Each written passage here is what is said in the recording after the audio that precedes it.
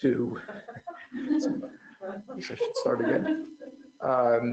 I'm Ed Bogish. I'm the Executive Director of SyracuseCoE, New York State's Center of Excellence in Environmental and Energy Systems. It's my pleasure to welcome you to our April Research and Technology Forum.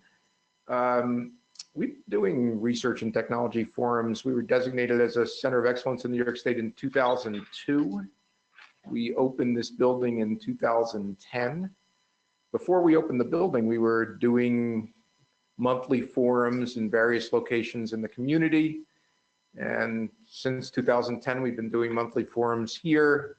So over the course of, since the last 14 or 15 years, we guess we've done about 100 of these R&T forums. We have never done one at 10 o'clock in the morning.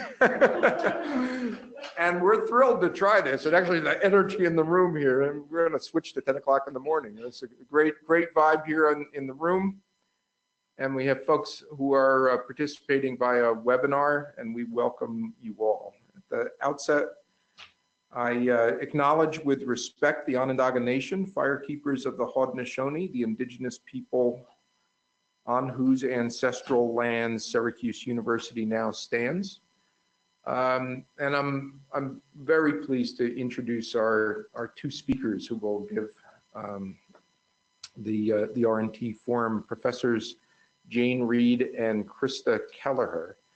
And it was Jane and Christa who encouraged us. We invited them to give an R&T Forum, and they said, can we do it at 10 o'clock in the morning? And we said, well, sure, we'll try that. We'll try anything. So we applaud them for pushing our envelope and trying something new. You've seen in the announcement of this forum their brief biographies. I want to provide just a little more information that wasn't previously shared. So Jane Reed grew up in Bath, England, and she attended the University of London, where she earned an undergraduate degree in environmental science, and then a master's degree in surveying, and then went to Louisiana State University, where she earned a PhD in geography.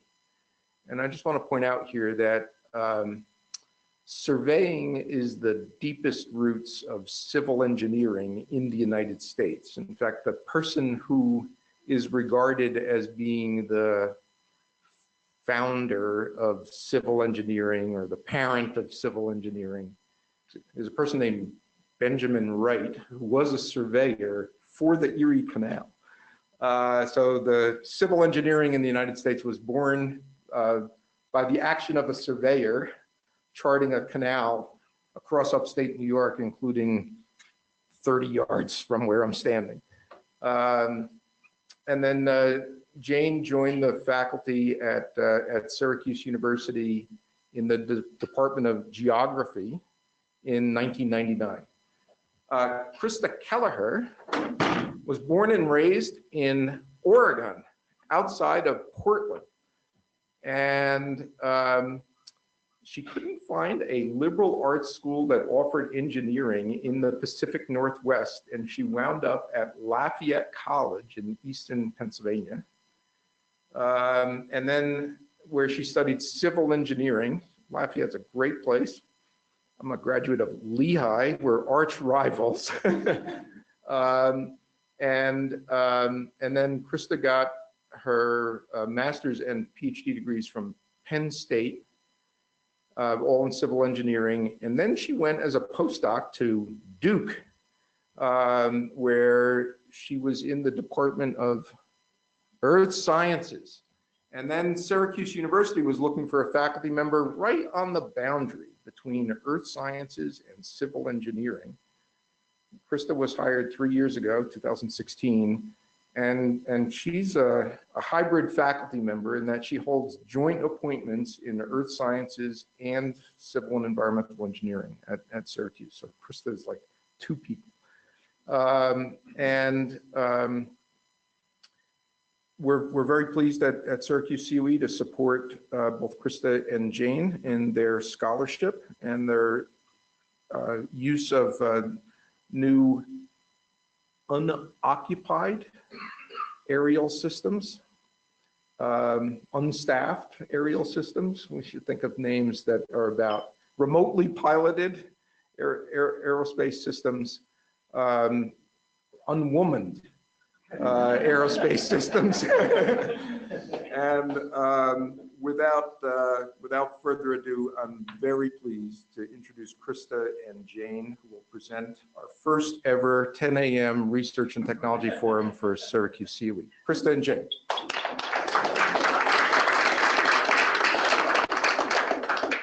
Which is why I'm drinking this very large mug of coffee, because it is 10 a.m. We appreciate you joining us today. Part of the reason we're doing this early morning presentation is I am teaching physical hydrology this afternoon, so if you can't get enough of drones this morning, you're welcome to come join us as we do some hydrologic modeling this afternoon. So today we're going to give you some perspectives on how we have approached the use of drones in the earth sciences and geography at Syracuse, not so far away, and I see some familiar faces in the audience, which is really nice. We have really divided this presentation into two different parts. I'm going to be telling you about my first two projects that I did with funding from the COE and a couple other folks here. So bear in mind, I've been here 3 years, got quickly up to speed on drones as kind of a fun new direction to take my research in. So you're seeing, I'm kind of bearing my soul to you today. I'm showing you the good, the bad, and the ugly when it comes to the research with drones. And then the other half of the presentation, Jane will join me and we'll tell you a little bit about our interdisciplinary class that we've created using drones to study environmental problems. I do want to acknowledge first, this is an abbreviated list of all of the folks who have really helped with this project. We really started out in a cornfield in the dead of winter, just putting a drone up in the air and seeing what we could capture. And that really relied on a lot of people spending a lot of time outside, doing a lot of reading, looking through forums. So there's a lot of time that's gone in from these folks and many others. Probably the reason you're here in the room is you're just as enthralled by drones as we are. And, you know, I don't think you can open up the news or online news sources today without seeing a news story about drones. This was one when Jane and I were teaching a class. A drone saved 2 swimmers in Australia. They basically deployed a raft off of a drone, saved somebody off the coast who got swept away. Drones providing virtual insights on turtle conservation. Finding nests is really time intensive, human intensive, and so if you put a drone up there, you can find these locations much more easily and more quickly. Documenting World Heritage sites using drones, with the idea that these areas might not be around very long, so we need to create 3D models of them now, and drones can help us do that. And then my favorite one, an engineer modded a drone to rescue a puppy down a well. How can you hate drones if they're saving puppies? So like I said, today we're going to divide this talk into 2 parts, and hopefully we can keep you engaged for the entire hour. I'm going to tell you about 2 different research projects with drones, and then we're going to tell you about our awesome inaugural class, Intro to Unoccupied Aerial Systems, myself and Jane Reed, and then our class in the background who came along for the experiment. So there's a lot of terminology surrounding drones, and this was something that took me some time to figure out. Depending on where you are in the world, they're called different things, and that can really affect your knowledge of the regulatory governance of these different systems. So in the US, you'll hear them called UAVs, UASs, unoccupied aerial vehicles. You'll see unmanned. I'm trying for unoccupied. We'll see how it goes. Remotely piloted aircraft systems is another one, RPAS. And people throw these acronyms around in conversations about drones, and I think in some ways, right, we've come up with things to call them other than drones because there's been a lot of baggage associated with the word drone, which is something we wanted our students to directly confront. And so up to you, whether in your future you prefer the acronyms or drones. In this presentation, I'll refer to them primarily as UASs. One of the first things that we did when we got into this area was try to pick out different drones to use. we're primarily interested in the applications of drones to different environmental and geoscience problems. And there's two primary types that are used outside of these walls: quadcopters and fixed wings, and they both have their pluses and minuses. They're both really finicky. I thought I would pull this thing out of the box and I could throw it up and do a lot of cool stuff. As of 3 years ago, this wasn't the case. It's getting better and better now. When we think about these two systems, you know, it really depends if you're trying to select a system for what you're doing. It really depends on what size nail you're trying to hit. You know, pick the right hammer for the size nail that you are attempting to use. Different size drones are going to have different flight times, different distances covered, different payload capacities, so what you need to carry. A lot of times we're dealing with primarily cameras, but there's some really cool analyses out there where folks are throwing sensors on these things, magnetometers, maybe even some chemical equipment. And then the primary difference, cost.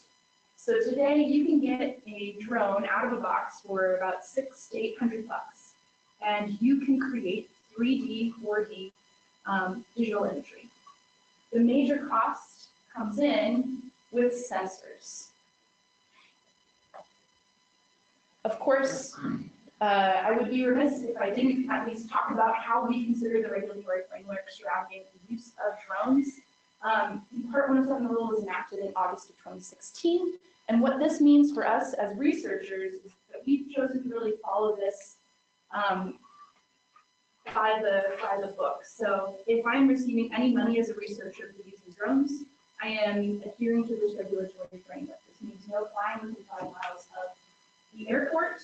It means making sure that I have a licensed pilot who is flying the aircraft, and I've had a lot of success having students get their pilot's license, and part of that has really been facilitated by Keats at Syracuse University, and a special individual named Ian Joyce, who is really an incredible resource and has made this all possible. Obviously, we're not flying if there's rain or snow. Yeah, question. Is this New York specific or is this federal? This is federal. So this is FAA, yes. But depending, so this is the bare minimum, right? This is what you have to do if you're receiving any money to collect your own imagery. You are technically a commercial flyer. Research is kind of in this weird space in between. We follow these regulations and are flying over humans. So we see a lot of kids soccer games going. If there's a drone flying overhead, please tell people to stop. I've heard people say this more than once. We're not allowed to fly on campus. We are within FAA airspace on campus. Things that are not problems for us, but no flying over 400 feet, no flying above a certain speed. Usually we're going at pretty slow speeds to ensure that we're getting imagery that is not disturbing. The license is basically a $150 knowledge test. You have to renew it every 2 years. I am not licensed yet. I will fully admit the students are required to if they want to work with these things. And it's been good. It's been possible. One of the first things that we did was try to figure out who was using these tools and how are they using them. So we looked at some of the conference proceedings in our primary affiliation zone, the American Geophysical Union. They have a fall meeting every year that brings on the order of 20,000 to 30,000 attendees. And what we found is people have been talking about UASs since about 2000. That was when they really first appeared on the scene. And by 2016, we have researchers using these things and referencing them in their abstracts in increasing exponential numbers.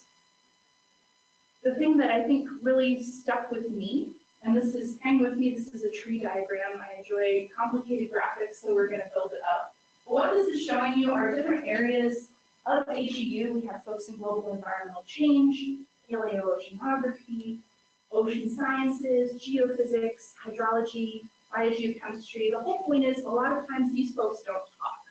But what I want you to do is watch the colors.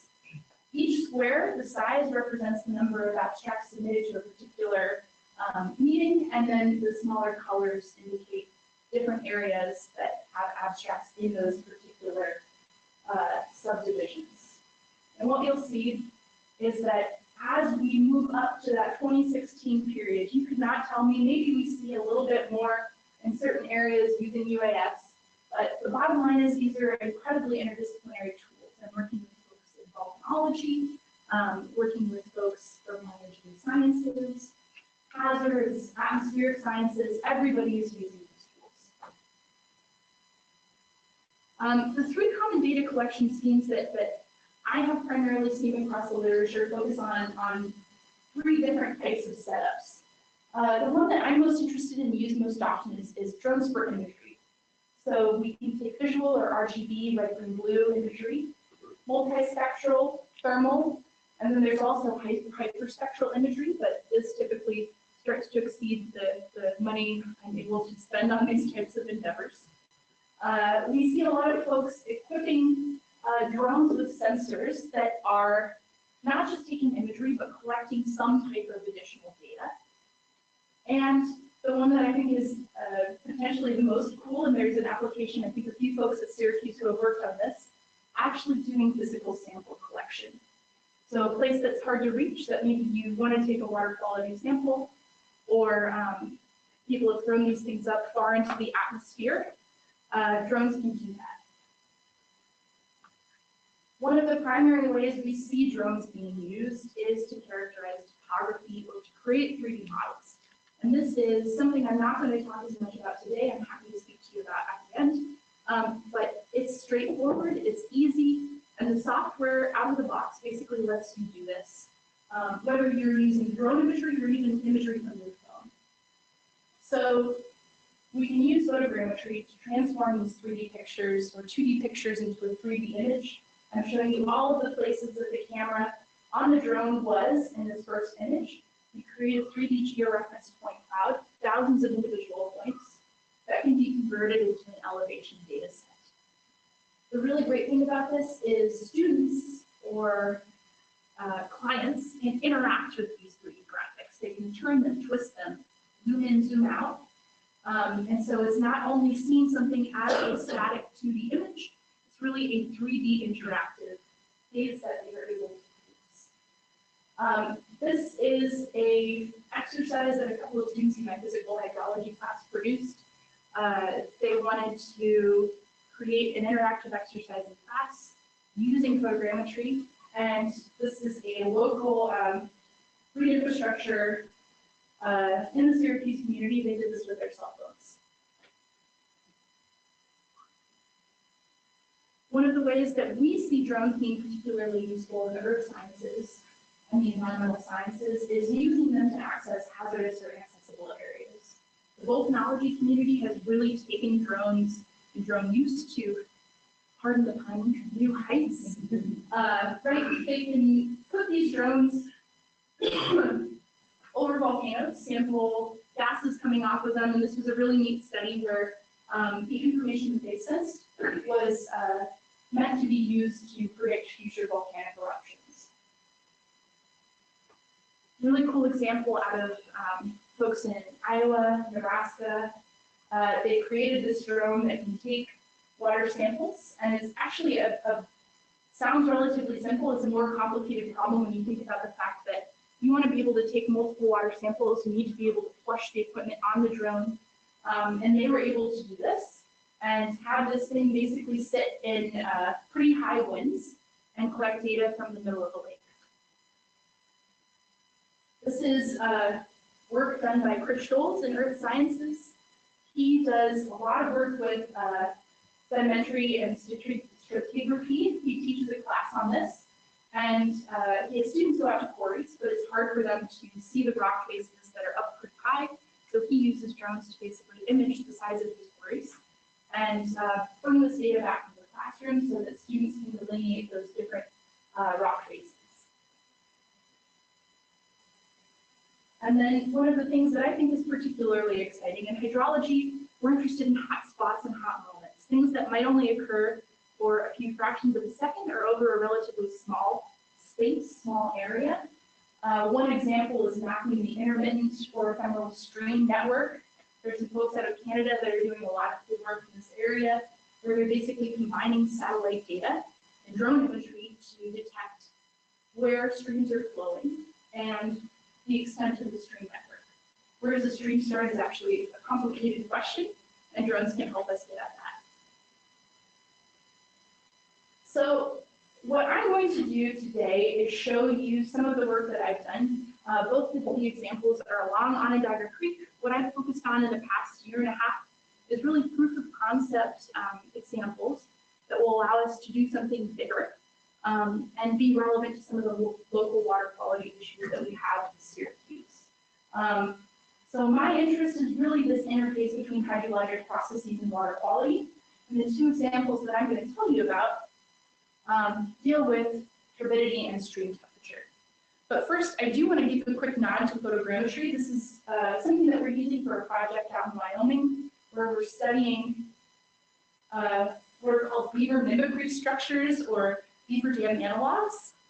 And this is one of the 3D data sets that we were able to produce.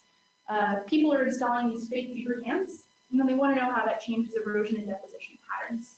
And what you're looking at when we start zoomed out is really, let's see if I let you play it.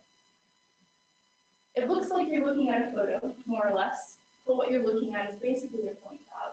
Thousands and thousands of individually georeferenced XYZ coordinates distributed along this reach where our partners at the Nature Conservancy have been installing these structures. So my interest in drones has really been how do we augment what we can collect via sensors in the water column.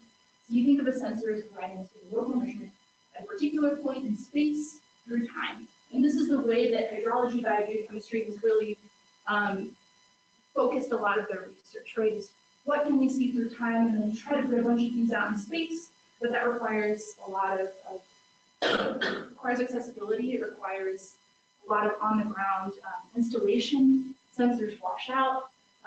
So there's lots of problems with this, and I can tell you lots of fun stories. Humans removing them, animals removing them.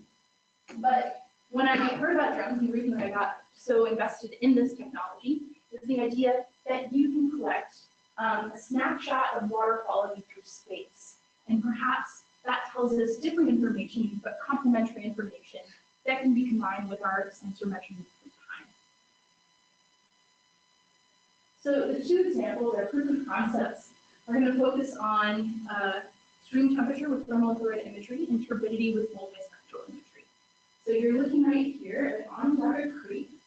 This is the USGS gauge station right by Doran Avenue, and you're looking downstream. Water is moving from the bottom of the gauge to the top, and what you're seeing is a local little spring that's dumping water in. And this seemed like an easy problem when we first approached it. I wanted to examine longitudinal patterns of stream temperature. I thought this would be a great idea. Stream temperature matters to a lot of different things. It controls nutrient fluxes, determines aquatic habitat availability. It's related to dissolved oxygen content. In Syracuse, we have storm sewers everywhere, so it's a way for us to trace where water is entering the creek. And we know in urban areas, this is some work out of Duke, down in Durham, North Carolina, we're in a lot warmer than Syracuse. We know that when we have a big rainstorm in an urban area, all of that rain comes down because the pavement heats up, moves quickly to the stream network, and causes these heat pulses. So in these urban areas, we will get heat pulses on the order of 7 degrees Celsius in an urban stream, which is a pretty intense and insane change, and something that we don't necessarily want in aquatic ecosystems. And so my goal, in collaboration with my awesome master's student, Sam Caldwell, was to see, can we see these heat pulses, can we track stormwater in Syracuse, and how can drones really help us do that? And then what this really became was, what potential advantages and disadvantages are there to using thermal infrared imagery via drone? So the study site that we chose is about a 2-kilometer length of stream along Onondaga Creek, so down here starting at Doran Avenue, all the way up to basically Route 173. What you'll see is we have natural spring creating some variability. We also have a ton of storm sewers located along the creek. The tool that we used for this was thermal infrared imagery. And Earth Science 101, Physics 101, right? We are all emitting infrared imagery because we have temperature, we have heat. And thermal infrared imagery is basically us converting that energy into an estimate of apparent skin temperature. So thermal infrared imagery is only going to sense the skin temperature, the only very, very top of the water column, you as humans, any other object. We've seen a lot of hydrology using thermal infrared imagery, but there's two primary ways that people are using this type of data. They're either at very, very broad scales. So this is looking at a couple of streams up in the Arctic, and this was an expedition to try to find springs that might be creating habitat for sensitive fish species. And the thing I want you to notice about this image, it looks beautiful. It's 7 photos, and if you think about the number of pixels that might exist across the stream, we're talking about 1, 2, maybe 3 pixels. Now, on the other end, we can set up a thermal camera, point it at an object of interest, like you're seeing on the right. This is some really cool work showing these really localized features of water piping through the streamlet. Looks cool, but not really at the scale of what we can use for water management. So on the left, we're using imagery that's acquired via aircraft or satellite. It's expensive. When I think about research, it's difficult to capture on demand, and we have very few pixels that are actually capturing what's happening in a river. On the right, we're forced to use an oblique angle. We can't look directly down at the stream. I don't want to hold up that camera for very long, it's quite heavy. Limited spatial extent, and we're limited to areas that we can access. So drones get us around some of these challenges.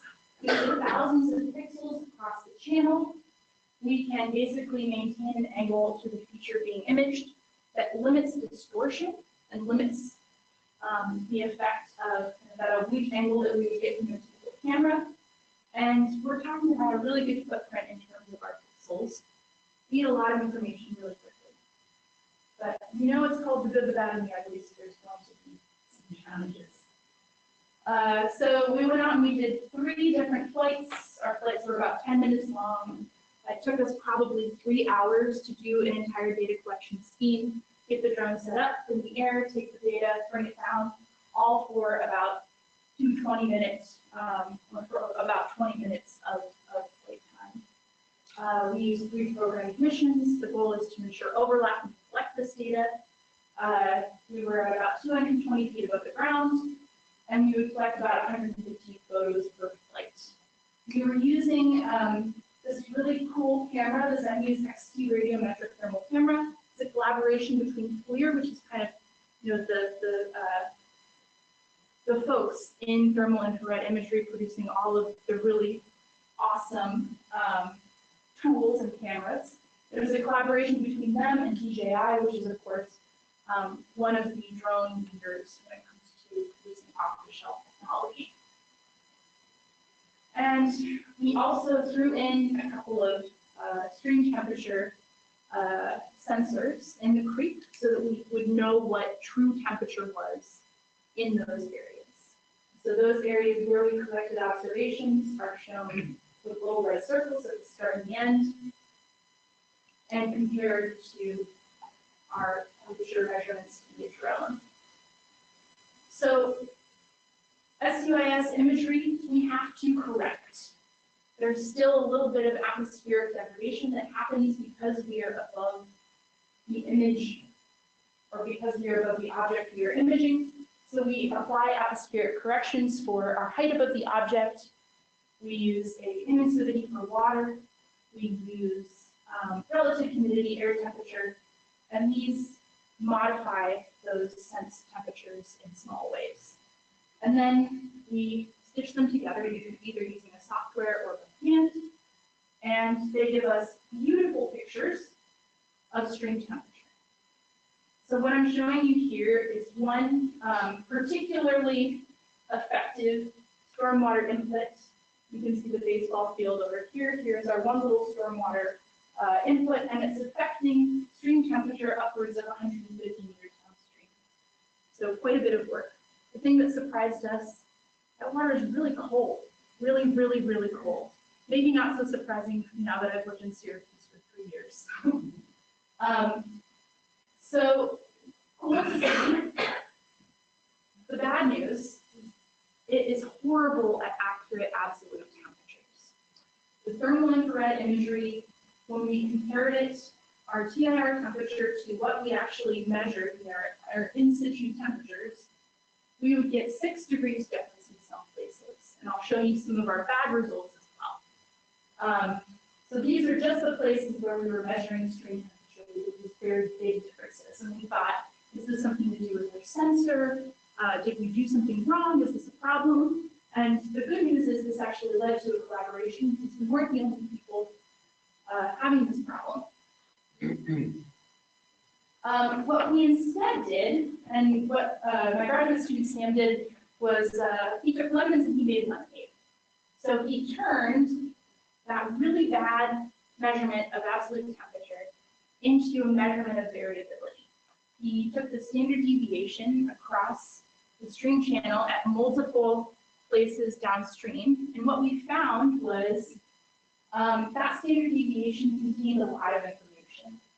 Here you're looking at where one of those stormwater plumes comes into the creek.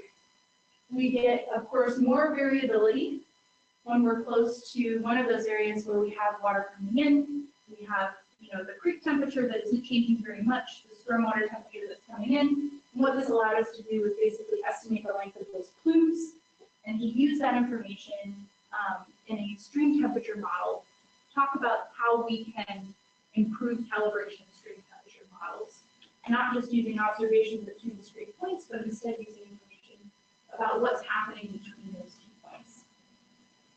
But the thing that I think was perhaps the most interesting, what he was able to do, even with this kind of degraded absolute stream temperature estimate, was create these beautiful cross sections showing the fraction of the stream channel that was being impacted by these different stormwater features along the creek.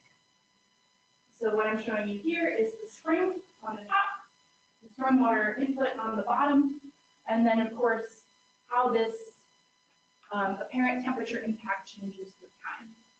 So I have also learned June is typically our worst month here. It's always very, very hot in June, and our results show this. We have huge impacts from that spring and stormwater in June, when that colder water coming in from those 2 different sources is most different from our air temperatures outside. He was also able to map this in space, and this is something that we think, with people releasing hot water into creeks, this is something that will allow us to estimate the apparent impact of different discharges that might be made by industrial facilities, power plants, etc. So the big takeaway of stormwater has a small impact, but that impact persists for very long distances downstream. Now the fun stuff. What I didn't show you before is how bad our absolute temperatures were. This is one survey where upstream is located on the left, downstream is on the right. Our observation points are these little yellow dots where we know stream temperature. And then Sam basically took a stream temperature probe and walked the entire creek. And our stream temperatures on Onondaga Creek vary by maybe 2 degrees, from about 20 to 22 degrees Celsius. This yellow line is what the drone saw. So a lot of room for improvement, a lot of problems, but a lot of things that could possibly explain this. So we got this, and I was quite worried, thinking, how is Sam going to finish his master's? He did a great job finding some positive outcomes. But what came from this was we ended up teaming up with some researchers in the UK who had the same sensor and had done a bunch of drone flights. Here I'm showing you all of their flights. The black line is what the drone saw. The blue dots are what they measured in the creek. They were having the same problems. We tried different altitudes, we tried different speeds, we tried different times of day. We couldn't make this thing work. What we ended up doing was taking their data and our data and combining them and created a statistical relationship that predicted the impact of several factors internal to the camera and external to the drone that were leading to environmental variability within a given flight, across flights, and even from picture to picture to picture. So the camera temperature, the pitch, the yaw, the roll, where that camera is located in space, how it is oriented compared to the sun, the amount of topographic shading we get from the local area, and the most important predictor of all, time. That's additionally impacting all of these different factors. So when we take drone data, we often predict that we're introducing a lot of environmental variability within the sensor itself, how it's compared to the weather outside, how it's compared to differences downstream, and that is responsible for a lot of the errors that we think we get with this type of sensor. Somebody just walked in. I will say the thing that I think was very exciting is that I think there's a real market for using thermal infrared imagery to do planning for field campaigns, to gather imagery instantaneously.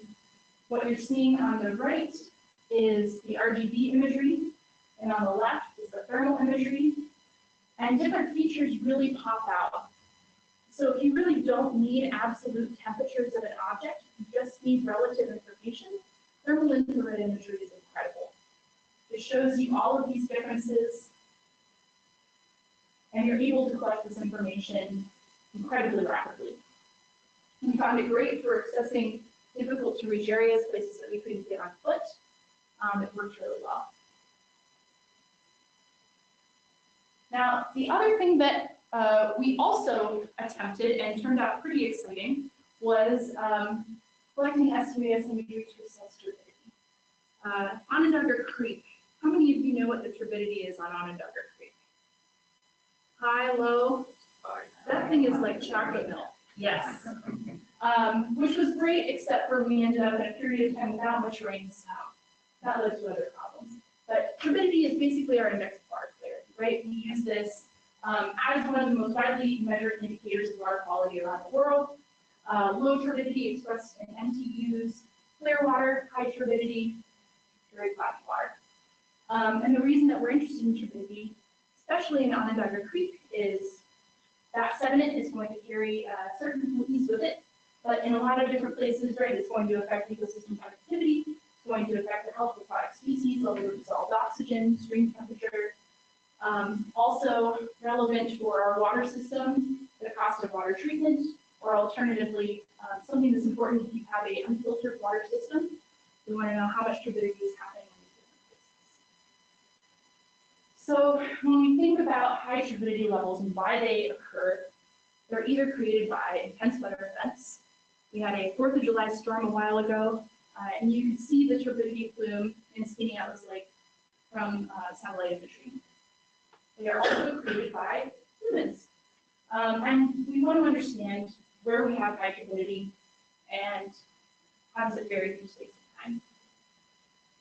So ways that we do this on the ground. Anyone ever done a SyracuseCoE measurement? This is how we did it when I was in school. It's one of these fun little things that we actually bought for about 60 bucks. Turns out they're quite expensive. Or a turbidity meter. And there's tons of studies out there on assessing turbidity from space using satellites to do this. But the footprint of this imagery is quite large, and trying to do this across an entire lake or along an entire stream is going to require a lot of time. So our choice was to try to do this with drones, to see if we can do this with drones. And again, we went out to our trusted field site because we wanted a couple of things. We wanted variability, and that spring is going to create clear water coming in. We wanted measurements of stream flow so we could know how high the water was and potentially relate this or use this to calibrate to load. so just measuring concentration. And we wanted to test out 2 different platforms. We had a fixed wing drone that turned out to be kind of a pain. It does this cool dolphin-like movement where it basically launches itself through the air. It can cover a really large area. And we also used a quadcopter, which we can use to pinpoint a specific place, cover that thing, and take an image. For this particular application, we conducted several flights in October and November, and we coupled those images with observations of turbidity across the stream. Right after each of our flights, we corrected our imagery, we produced orthomosaics using a specific type of software called And the particular camera that we were using for this is a multispectral camera. It collects specific bands, reflectance across specific bands, green, red, reddish, near infrared in this particular case. And we can produce the orthomosaic, a 2D distributed image of reflectance across that particular band. And that orthomosaic was compared to in situ estimates of turbidity. We put somebody in the creek with a turbidity meter, they measured turbidity across the creek, we averaged that number, and we took the standard deviation of that number to create an estimate of average and error. And we did a couple of things. We used all of the bands, but then we also compared those bands to each other. We used band ratios to try to test whether there would be some predictive power there. And we used a couple of indices that draw on multiple bands to calculate. So the whole idea here is a lot of times you think about there only being one specific type of observation or information. There's a lot of information and comparisons. And it turns out that information was important for getting good results. So when we started, the student hearing focused on just calculating one value.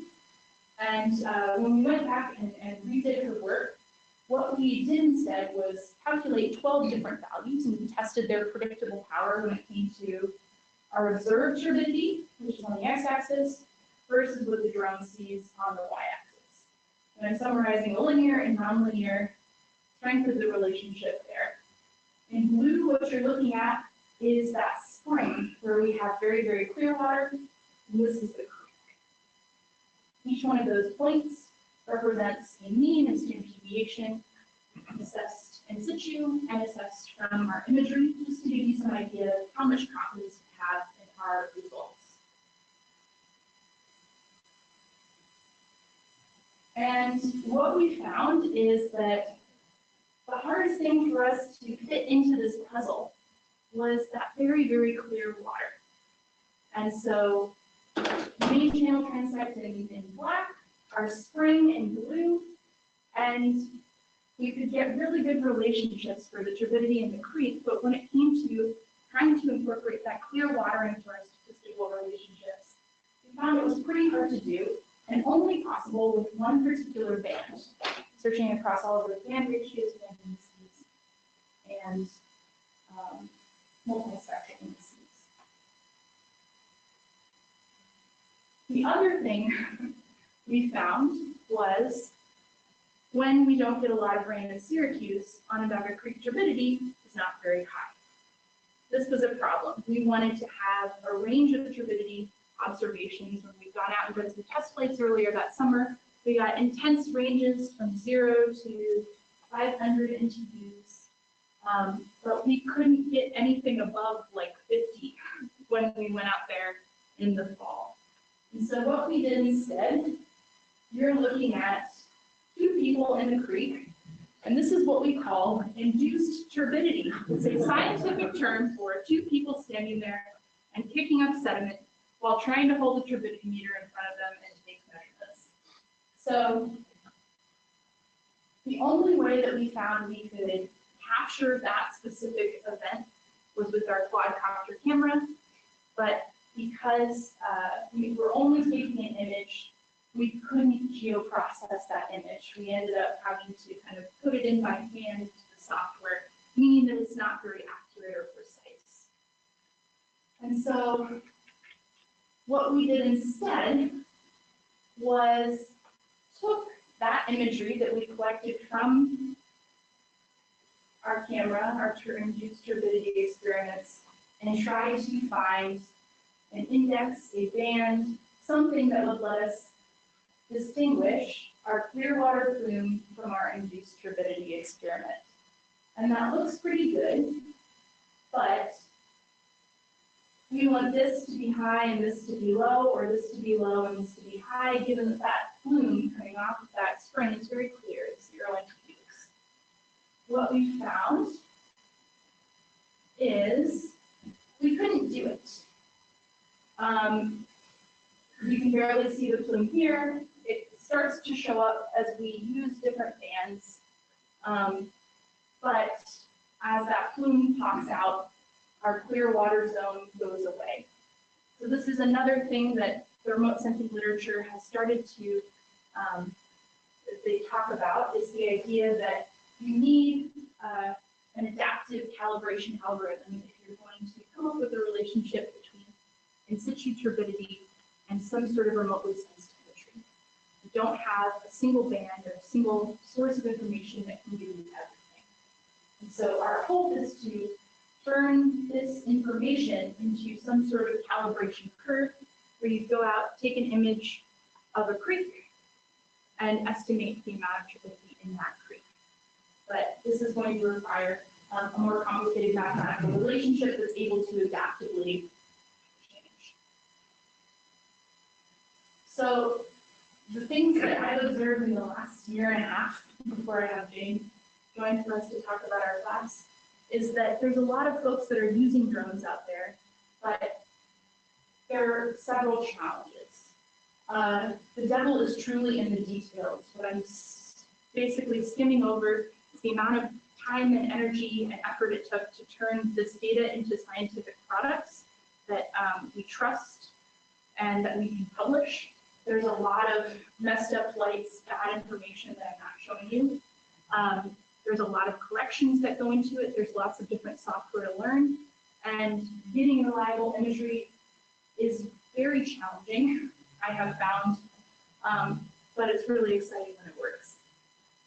The other thing that I think we're starting to realize is that there's a lot of colloquial discussion around drones and drone use in science research industry. There's not a lot of formalized procedures. How high do you need to fly? Which direction should you point your camera? All of those things will affect the reliability of the information that you gather. And now, we're going to tell you about something that's a little, fun, exciting.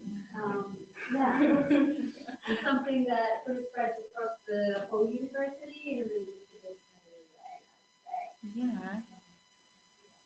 So, as part of this research project, Jane and I were introduced, and it turns out Jane is a remote sensor. I got really geeked about drones and thought we should create a class. We should teach students about all the things that we're learning and use them as guinea pigs so that they can test out all of these problems that we're having, collect the data, and help us learn in the process. We're looking at the inaugural class of Geography/Earth Sciences 416. It's just been regularized, which is really exciting. It's a group of graduate students, undergraduate students, some who had never opened ArcGIS before, others who were using drones for their research, which made it particularly interesting. Yeah, we had some people, we've never done anything though. We had some people who know GIS, some people GIS, some people know remote sensing, some people know. So we had a whole slew. Okay. So what happened was, so drones have become quite popular, and there's a buzz on campus, but as it turned out, very little was going on. Engineering was quite interested in what was going on with drones.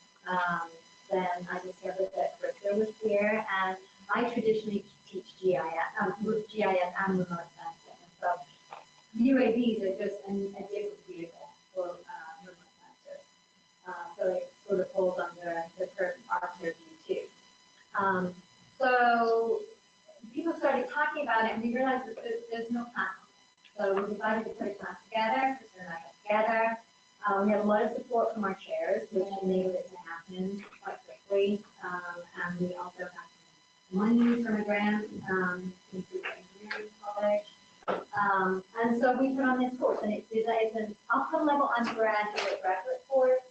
And the aim of it was to take anybody who wants to come from a new house, maybe from architecture, from earth sciences, to social science school, math, geography. We had student body president in our class. Yeah, policy, all across campus, and then design a course that would reach out to all of them. And so This was it. So our course objectives were really to teach students about the regulatory framework surrounding drones. How do you operationalize drones? How do you use them to do a scientific project? And have them tell other people about this. So it ended with them doing a project and a final presentation on their results. we thought it went pretty well. It happened. So we put together, so basically we were thinking about the applications of drones, like what can you do with the data, but also thinking about the technology, the logistics of flying, gathering data, all that kind of stuff. But at the same time, legal, ethical, privacy type issues. Because we really wanted to make sure that going beyond just, hey, drones are fantastic, like let's really think about like how serious they are, both in terms of the scientific benefits for them, but also what kind of changes are going to be because they're going to be. I will say, so engineering really is heading up this piece of the puzzle, and I think they have a lot of courses that exist in that sphere. We wanted students to be aware of some of the technology that's out there, but really focused on how do they implement these tools towards applications. As part of this class, we had them read FAA regulations. Several of them got their Part 107 license. They learned spatial software, SUAS software. They planned flights. They consulted with our awesome pilots. They post-processed imagery. They participated in data collection and more. And we'll show you some of the results of one of their projects. But this is just to give you an idea of the types of things that we did in the course. We did it as a 3-hour block, which is hard to hold the attention of many undergraduate students for that length of time. But the great thing was we could use that time when the weather finally turned to actually do some data collection. So we're going to tell you about some of the more SUAS specific things later, but these two overlapping spheres where we wanted students to gain information, we had some interesting activities and thought the results were interesting to share with all of you. One of the very first things that we had students do was survey others across campus. So we created a survey, the students wrote the questions, and then they had to get 30 respondents. And what we asked them to do is to summarize some of their results. And I'm showing those to you. They have some really interesting outcomes from this survey. We asked students things like, do you know the drone policy on campus? What types of interactions can you have with drones? What are you excited about when it comes to drones? And they all got really into word clouds. So we have a lot of word clouds. But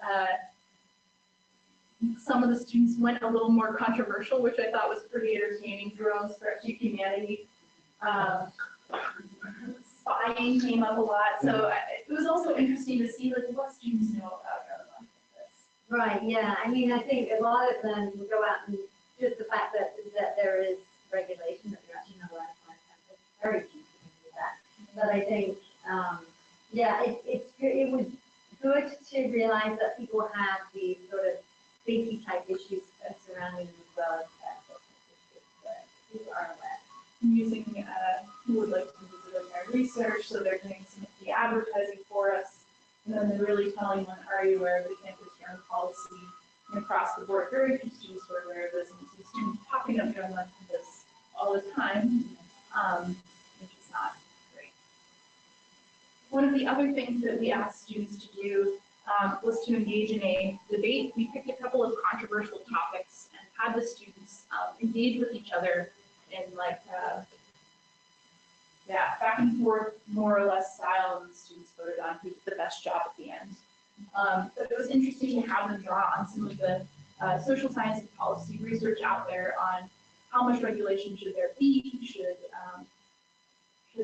police and other law officials be using drones, and to talk about some of the arguments on both sides of those types of questions. Yeah, oftentimes, like when new technologies come into, the mainstream, people just use them.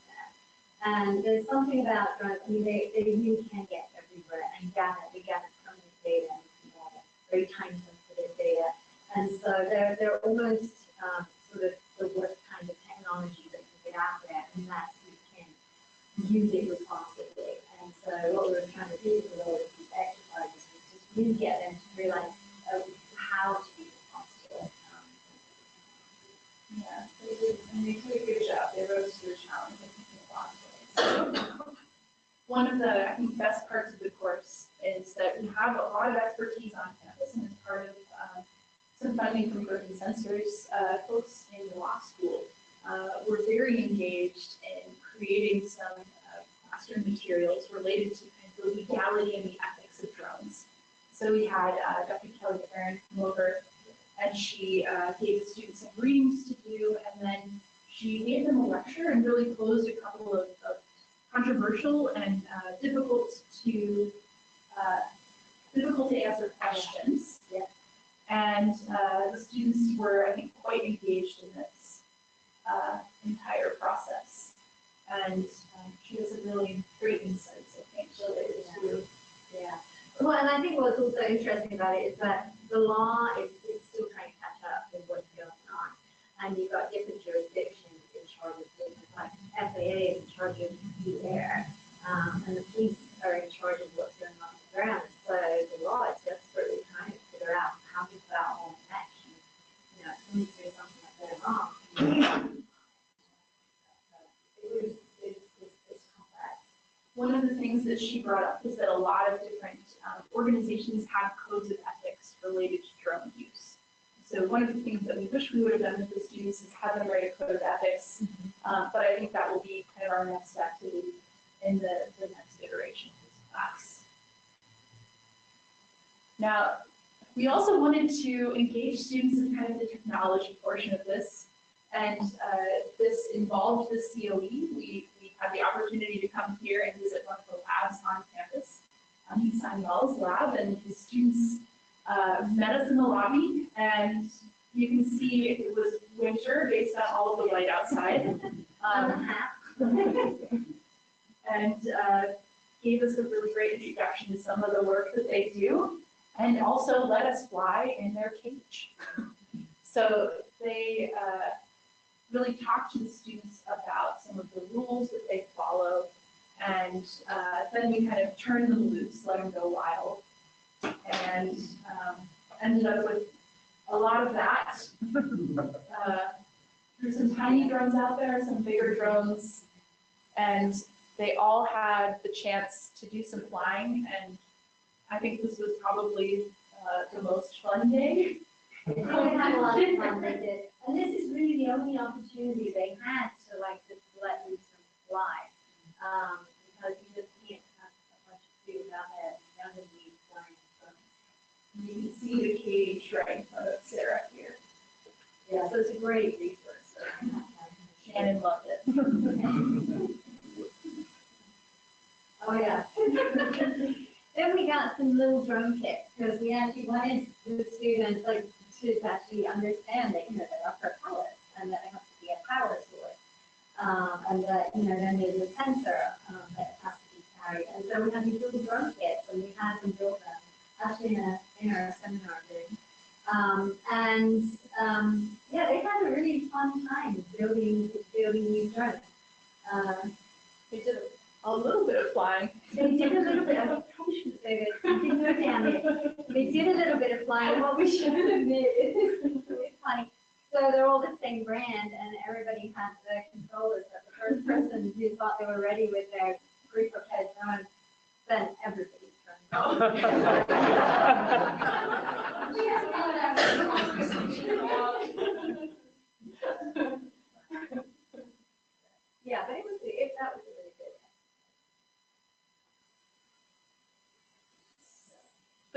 part of the class was really to have students create a project, create, execute, prepare, analyze scientific data. And this required several different pieces and parts that we had the students engaged in. So starting with FAA regulations, being aware of those regulations, capable of answering questions and being knowledgeable about those, being aware of safety considerations and create standard operating procedures. All of the different groups basically prepared standard operating procedures, which of course is something you want to do before you use drones in any sort of environment. They had safety checklists, which I think was really important. And then also really teaching them about the software. How do they get to usable solutions and data products? They really want to start One of the things that we had them do, just to understand how challenging it can be to obtain useful data, is they took their cell phones, they picked an object, and they tried to take as many photos as they could to produce a 3D image. You are looking at one of these artistic outcomes. This is a couch in the yard behind one of the Syracuse University fraternities. The student got very into his 3D model. He refined it multiple times, and it turned out pretty cool. We also had a lot of this. Processing failed. And so part of this too was to teach them about what, thinking about why things succeed or fail when you're taking it.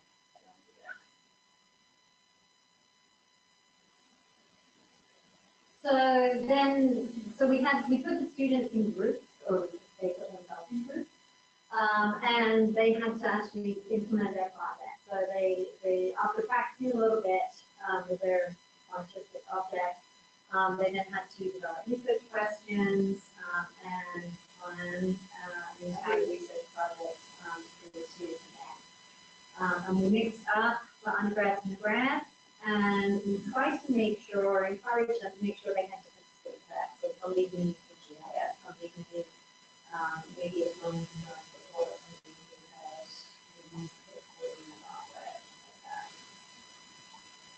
So the students had two different sites for their projects. One of them I'm going to show you today is located in the Kelleher Valley, and we're being sensitive about the location, but it was a really neat site. The USGS has a caretaker who maintains this site and took us out there and interacted with the students and really helped them produce these research projects.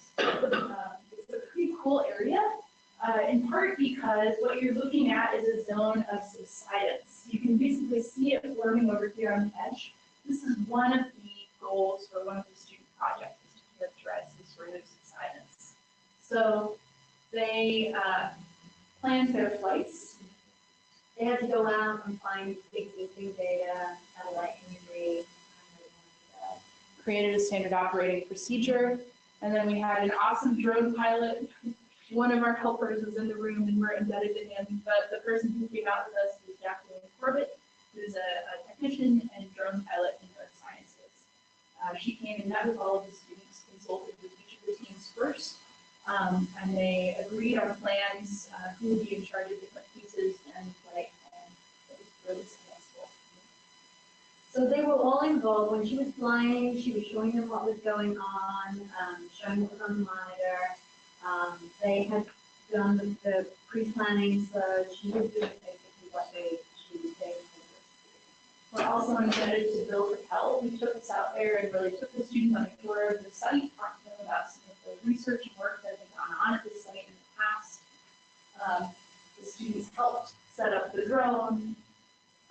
They did some on-the-ground monitoring and measuring. You can see some makeshift control points at a blue plastic bag in the foreground. It was a day that kept threatening to rain, and it did at the end, so we had to scrap our last flight. Yeah, there was a lot of last minute Preparation. preparation, and everybody to go together.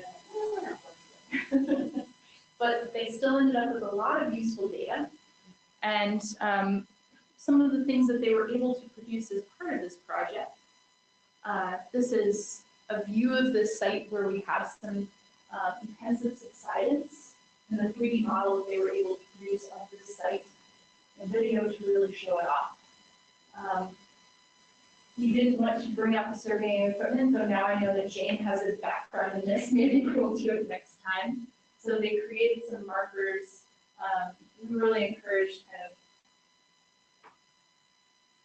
adapting as they go to come up with simple ways to assess the accuracy of their imagery. What you can see is part of the class right here, helping to set up and tweak that imagery. Students all had walkie-talkies. We maintained eyes on the drone at all times. They spread out. They communicated. They established a protocol for communication with the pilot. Yeah, they did real good. Well, they got the real good.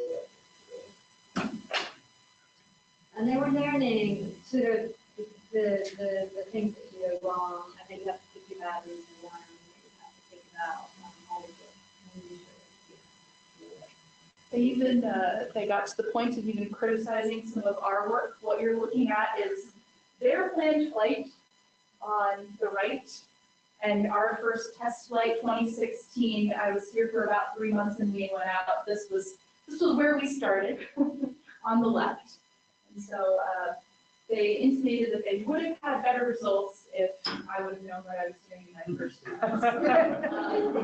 But they did produce some really cool data. They combined satellite data, which Jane really helps them find different sources and resources. And they came up with higher resolution 3D elevation models. They quantified rates of subsidence happening in this area. And the thing that I was really excited about is they put them in context. So how do the rates that they calculated compare to what we see out in California under groundwater pumping scenarios? Another group found a bunch of airborne imagery and used that to talk about how they could delineate the creek and how the creek might have evolved through time. 1951, first imagery they found was this pretty good resolution. Yeah. Well, yeah. And really demonstrating that drone imagery can get you high resolution and get you really close to places that you might otherwise not be able to access. Yeah, I mean, and one of the things that, like, it's like, why do we want to use drone imagery and region? And I think they're all going away with that. They just use so much control over what you're doing. Because you already have created this imagery, or you're trying to do time series. It's really easy to get the exact right data that you need. A lot of them created really neat data products. This is a time series they put together of that site, showing how the creek and different areas impacted by intensive groundwater surface water interactions have changed through time. And then actually putting some numbers on there. So a lot of what this course is doing is really leveraging the skills that the students already have, because we can't teach all of the skills. So if they had GIS skills and similar, like they could just on the visualization skills and video making skills, and they can put it all together. So the next iteration, I think we want to try to make it almost a research-based type of program. Yeah. And we also found it's quite hard to motivate 15 students in multiple days of field work. Even things like reminding them to bring hat and gloves. So there were some problems. And the other thing is, this is not like you need some money to run a course like this. I was just on a panel in the geography meeting in DC last week, and there a lot of people are teaching these kind of courses, but there's a lot of money going into them. And the community colleges actually are doing a lot in terms of teaching with UAV, but they have holes into it that are just dedicated to this. So They're teaching at Fowler High School yeah, too right now. In fact, they get that certification there, with their high school diploma. Yeah, so there's different, there's a whole bunch of things going on. what we're trying to do, and I think where SU thinks of the curriculum, maybe, it's not to teach people how to fly and just operationalize. I mean, SU's strength is in teaching people how to think about the science of it, think about the social science as well as the natural science, think about the development of the technology, so going beyond generating people who can do space flight as well. That's akin to some of the digital and GIS, right? So, so I think there's a lot of different colleges now are thinking about how we might incorporate this into the curriculum. There's a big kick right now on autonomous systems. So where SU's going to go with that remains to be seen. But yeah, you ready to that. Is everybody bored yet? Well, I just wanted to give a quick nod to something that I've been working on recently also. SU is very much involved with the University Consortium for Geographic Information Science, UCGIS. It's an international organization that is US-based, and it brings together the GI sciences, which is the GIS, remote sensing, now, geospatial analysis. And so one of the things that we have been struggling with for a very long time is the fact that women in the geospatial sciences there's just not very many of us. And so last summer I participated in something that UCGIS had put together, which is funded by the National Science Foundation called SUAS, which is based on, it's an idea based on the fact that training and retaining leaders in STEM in the geospatial sciences. And SUAS isn't just about women, but we were focusing on women.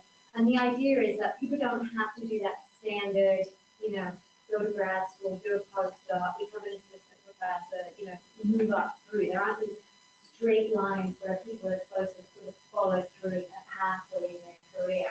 People come in and out, and personal lives take their toll, and things happen. And so this workshop that I went to was actually women in Madison last May.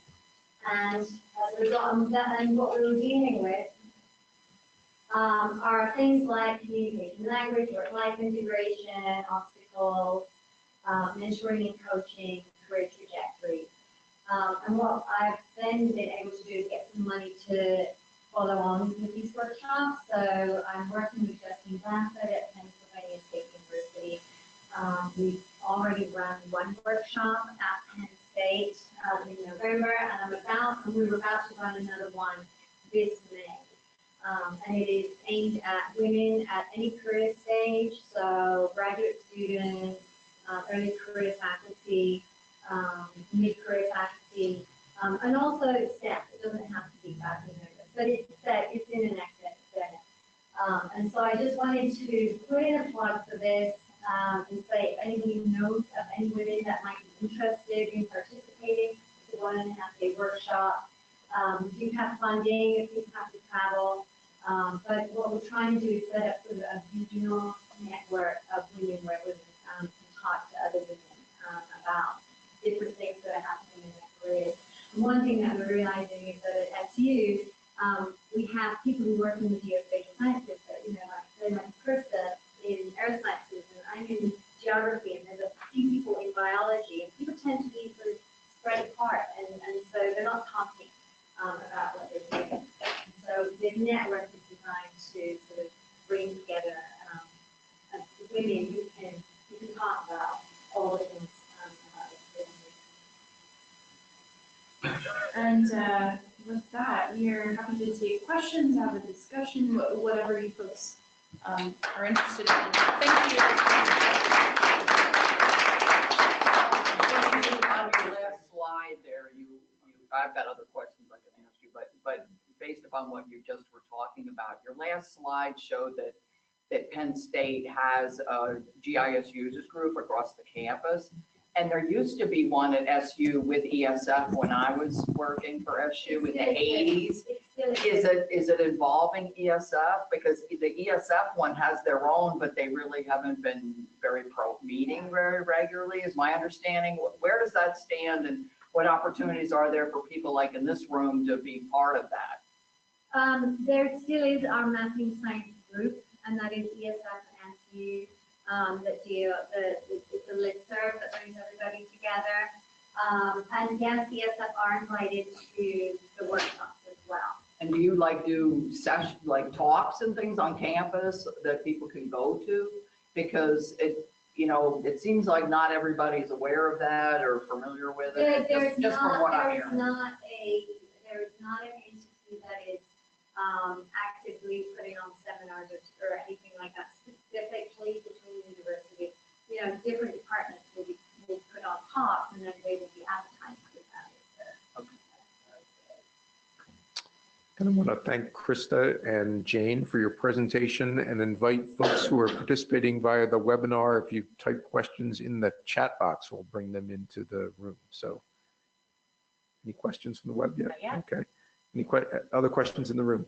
I'm with Case, Ian, pilot, but I connect students with primarily companies in the area that are looking to have students work for them, and I focused on the genius companies like the Tech Garden. And I guess my question would be, are you connected with those companies, and are you connected with people that you there? Yes. What's his name? Oh my gosh, we had an awesome gentleman from one of the John Virgil? No, it wasn't specified with Quantify. Okay. It wasn't exactly the other co-founder. And he actually came to our class. We connected with him, came to our class, gave a presentation. He actually came to the student presentation and said he was amazed by them. And he had no clue that the social sciences might actually be relevant to this stuff. And after we did actually, he hired one of our graduate students all last summer to work with him. So, but beyond that, we haven't had any other connections. I did just go to the radio finals and it was amazed. You there? Yes, I would think that CID drone that does the stakes, being a surveyor, that Yeah. the stakes. Well, maybe we can talk afterwards, because I really targeted that to intercept that student that worked for Quantify that came to us. Oh, okay. So, yeah, I think maybe there's more opportunity, including women forming a company that perhaps could go to the next round, because they really are looking for women from SU. Hey, bring it. the recent, one of the drones over downtown events this last time, I have a list of people, I mean, they're using it for state parking, they're using it, and people are really interested, I think, in engaging with students. I think the challenge you face is what is the right mechanism for that? And we'll definitely be open to anything. You should form a company. I'm curious. Well, I think this new autonomous systems initiative that is about to take off at SU might well be great at that. But I love we need our students to do that. Here and then there. Question. I'm wondering if you have worked at all with Charlie Driscoll, environmental science and ecosystems. Yes, absolutely. So I have a student right now who's collecting some drone data with the Skinny Atlas Lake Association in collaboration with Charlie, and doing some work at that interface. We actually, a lot of these projects were intended for Skinny Atlas Lake or other lakes in the area, but it turns out it was very hard to capture a transient event. So we've stuck with places we can get to in about 8 minutes or less, just as proof of concept, right? But definitely, I think there's a lot of opportunities for lake water quality with these types of tools. A comment and a question. When I started in environmental science back in the 70s doing field work, we were obviously out doing a lot of sampling on lakes and rivers and whatnot. And it was always interesting when the engineers wanted to come out and work with us environmental people and came out without, when we knew we were going to have to step into streams and they hadn't gotten any gear, water gear, Luckily, we had extra ourselves. And as you mentioned, the idea of gloves, warm clothing to be sampling, the engineers who were used to working indoors had no thought of that whatsoever. I think they've grown up over the years, but just something that came up in the last few days that matches with the comment that was made about starting a company. I know you've got great resources here, but the Innovation Center platform and main campus is, goal is to help students learn about how to start up a company and get involved and actually start a company. And I was wondering whether there's been any connection yet with, I know this is new, Yeah, so. I think that's it. We're trying to brainstorm what the next iteration of this class looks like, and it sounds like it should be starting a company and integrating it. Yeah, Well, part of the reason for doing this is to get the grant, so. David Seaman over at the library is over the library, because that's where that's housed. Yeah. Housed over the Big Bird. I've heard, I think that's it. We've heard such great things about these resources. Yeah. And definitely open to it. I was wondering if, I obviously have had some great graduate students working with you. I assume since this is relatively new, maybe they came and then got interested in drone work, but are you starting to see applicants for graduate school who are coming because they're interested in this particular kind of work? I had some very interested this year, and they have gone to bigger programs. I think that's one of, I'm hoping in future years, yes. I think that's the really neat thing, is it definitely affords advertising to strong graduate students in a really exciting way. We're definitely starting to get some more interest from students with remote sensing backgrounds, which I think is really exciting. I think the challenge that we face is, if you think about a lot of the universities that have these big programs surrounding these issues, the thing that those folks warn me of is you really need the students, but also, the technical knowledge that stays. Because then, Sam Caldwell is off working for the USGS and collecting great drone data for them, and I'm like, pulling my heart. I think it's still starting. I think it's coming. We're hiring new faculty, and so bit by bit we're going to see more expertise.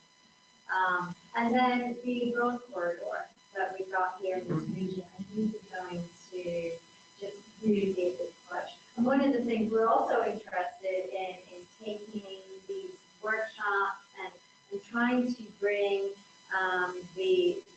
this kind of technology into the K-12. That way we might get actually people in this region, but figure out how to really get that pipeline moving so that we can get people for our companies that are here up through the various different types of higher ed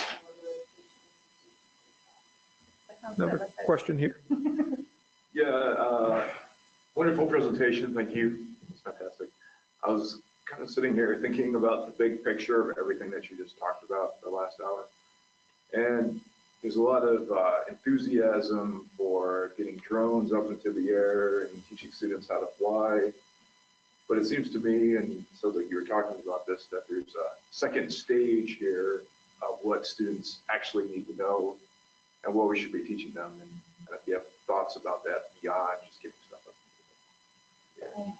Yes, how long do you have? I think that's it. And we're not even sure. I think Jane and I have brainstormed a lot about this.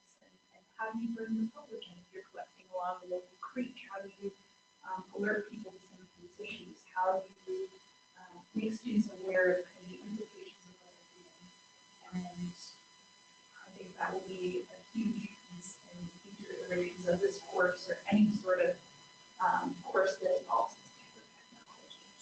I don't think there's any one answer to that, too. I mean, I think more the technical stuff, like the scientific. Yeah, that's what I mean. Like, so, like, but an engineering, the engineers will learn something much more different than, say, something that we might teach in the environmental sciences, than something that we're going to be trying to target, say, in macro around policy. And I think that at the end of the day, I think we need like a minor or an integrated learning major, like an interdisciplinary major in this of some sort, whereby, you know, you've got people in their disciplines, but then they still have to sort of have that spread of knowledge, because it does spread it over to the public.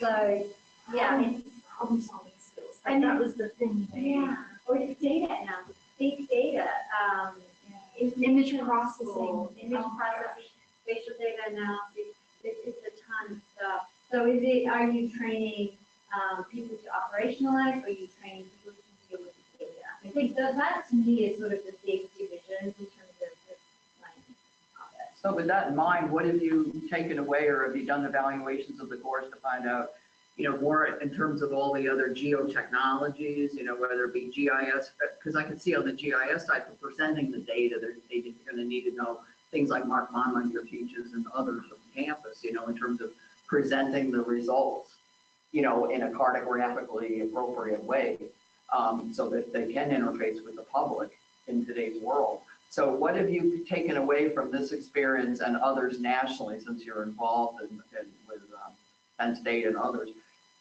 in terms of what are kind of the basic things that they do need to know, you know, and learn through this class, like in a hands-on way. Like, I think it sounds wonderful that your teams, you made sure that you had different competencies on the teams, but still, what do they need to be exposed to about imagery, about GIS, you know, all the aspects of all the other technologies that we know are out there nowadays, like LiDAR. I was surprised you guys didn't mention LiDAR at all, you know, for the imagery, but you know, LiDAR is an amazing thing. I mean, people don't realize what LiDAR can do, and I don't know how many people in this room are aware of those. And Ed hasn't, I don't know that Ed has had a like a geo orientation to geotechnology broadly, but that's something that it seems like in this area of the, you know, we could really use more of an orientation to all these geotechnologies, what's available. And then a real opportunity coming up, and Chris is on the coordinating committee for it, is the statewide GIS conference is going to be at the Marriott the third week of September. So that's a real forcing function to really bring out a lot of different camps. And, you know, and they've already made arrangements, I know, for some of the students at Fowler, where they have this one line for UAVs. Ed Levine's the teacher. I'm assuming you guys know Ed. He's the teacher of the drone technology at Fowler. And Jessica Tefke's the teacher for GIS. And, you know, they've already made arrangements for them to be able to go to the conference, you know, free, to bring in buses and everything. So you do have a way to kind of pull this together by focusing on the conference and really kind of leveraging that in September. And it's good weather. So back to my question though, what have you learned from that? Sorry to rant on about that, but I want to make sure people are aware of that, because Chris is trying to work on making sure that people can get through those booths and things publicly. You know, anybody, everybody, not just people that are signed up and pay. Right, Chris? That's great. Yeah. Well said. Well, and I really think what you just said, like, there are so many different forms of these geospatial technologies. And so I think that's why you really need a program. One course concept. Well, the course we designed is an introduction to UAV and research and application. We are trying to cover everything and give the students everything, just to give them a general sense of how it works, what to do. We're not saying, oh, this person's taking our class, they can go up and get a job. You know, you would expect them to have to go and take some other courses. And so, you know, there are sets of courses on campus. The geography department teaches a ton of them, but sciences also. And we're actually in conversation right now to set up a certificate in graduate studies in geospatial analysis and GIS. So, and all that's sort of the first iteration, probably, if we can get that through. It's like I say, it's just a But many other universities do have that already, and have had for 20 years.